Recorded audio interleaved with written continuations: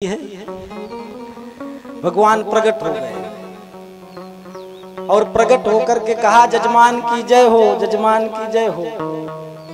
अब जैसे दानचंद्र ने देखा सन्न रह गया। यहां भी भगवान ने कहा, दानचंद्र जजमान की जय हो। कहा कुछ दान करिए। दानचंद्र ने कहा यहां भी आ गए। भगवान ने कहा हम संतोषी ब्राह्मण हैं, एक किनारे में इधर पड़े रहते हैं, कोई ना कोई आता है तो साल भर की व्यवस्था करके चला जाता है, आप जैसा कोई आता है। दानचंद्र ने सुना हम नहीं करेंगे तो भगवान ने कहा 6 महीने। हम 6 महीने की तुम छोड़ो, हम 1 महीने, हम 1 दिन की भी नहीं करेंगे। भगवान ने कहा करना तो पड़ेगा, नहीं हम गंगा जी से निकलने नहीं देंगे।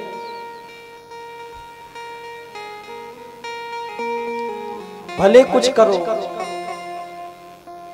तो दानचंद ने 1 आने का दान किया, और वो भी उधार। भगवान ने संकल्प ले लिया। दानचंद ने सोचा 1 आने के लिए, 1 पैसे के लिए कौन आएगा कोई। जैसे दानचंद पहुंचा घर, फिर पैदल पैदल गया और जा करके बैठा ही था। अब भगवान जाकर के दरवाजे पर आवाज लगाए, जजमान की जय हो। दानचंद ने पत्नी से कहा जाकर के देखो कौन है।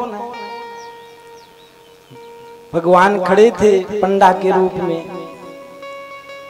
कहा जजमान जी हमको कुछ दान देने के लिए धेला बोल करके आए हैं, उसी के लिए आए हैं। पत्नी आकर के कहती है वो किसी को आप कुछ देने के लिए बोल आए हैं क्या। कहा बोले वो आ गए। बोले यहां भी आ गए,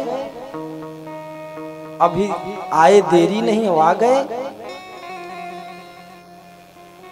कहा कह दो जाकर के कि वो बहुत बीमार हैं, थक गए हैं। पत्नी ने आकर के कहा वो बहुत बीमार हैं, 4 दिन बाद आना।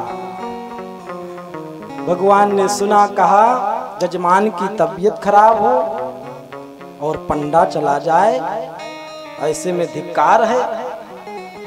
हम अपने जजमान के आरोग्यता के लिए यहीं भजन करेंगे, हमारे खाने पीने की राशन पानी की व्यवस्था कर दो, हम यहीं रहेंगे। पत्नी ने आकर के बताया कि वो कह रहे हैं कि यहीं व्यवस्था कर दो, वो नहीं जा रहे। पत्नी ने कहा दे दो ना, धेला ही तो देना है, हम नहीं दे सकते, देंगे तो हमारे प्राण ही निकल जाएंगे, नहीं देंगे। अब उसको योग का अभ्यास था तो सांस साध के लेट गया। कह दिया पत्नी से जाकर के कह दो कि मर गए। अब पत्नी आई रुआसी होकर के बोली महाराज वो तो मर गए। भगवान ने कहा अरे राम राम राम राम, जजमान मर गए, अब तुम कहाँ जो है गांव में घूमोगी। स्त्री हो, मैं ही सबको सूचित कर देता हूँ। भगवान सब को सूचित कर दिया। अमित रूप ते काला, सब लोग इकट्ठा हुए।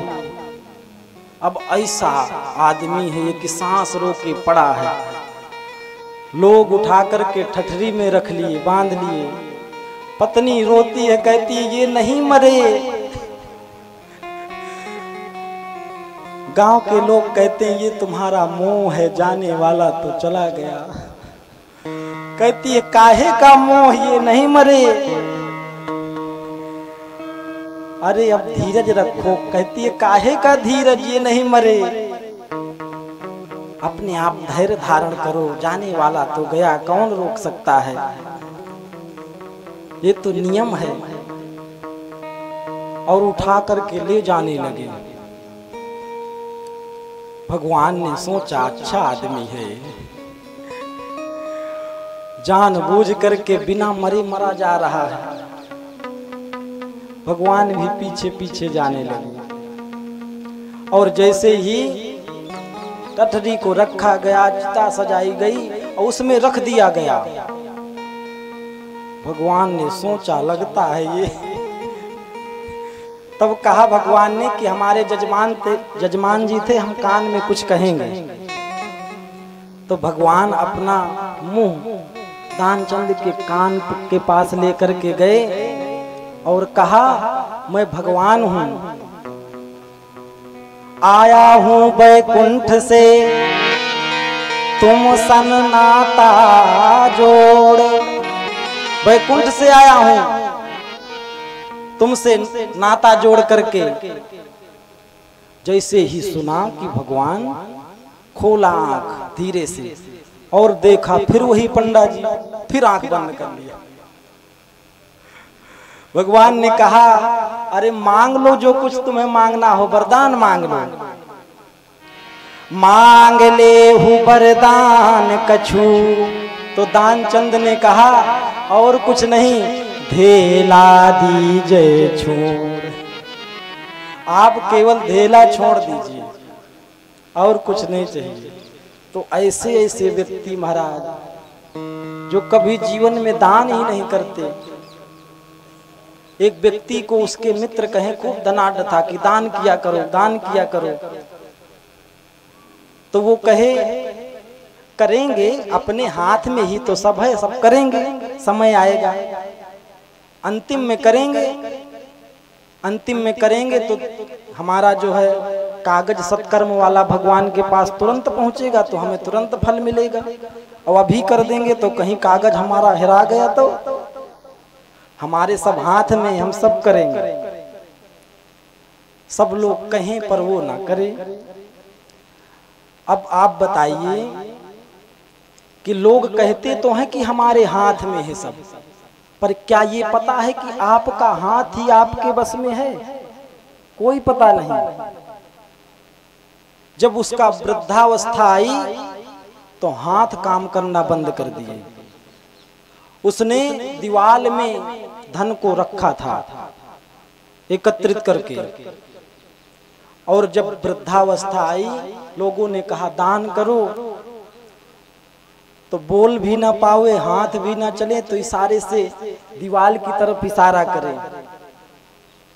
तो वो मित्र तो समझ ना पाए कि कहाँ के लिए इशारा कर रहा है। जो लड़के थे वो रुआसे होकर के बोले, पिताजी कह रहे हैं कि सब लग गया, ईंट पत्थर में सब लग गया, सब लग गया। अब आप बताओ कुछ काम में आया? इसलिए जब तक सामर्थ्य है तब दान कर लेना चाहिए। भगवान ने दान किया, विविध दानो मही देवनु पा।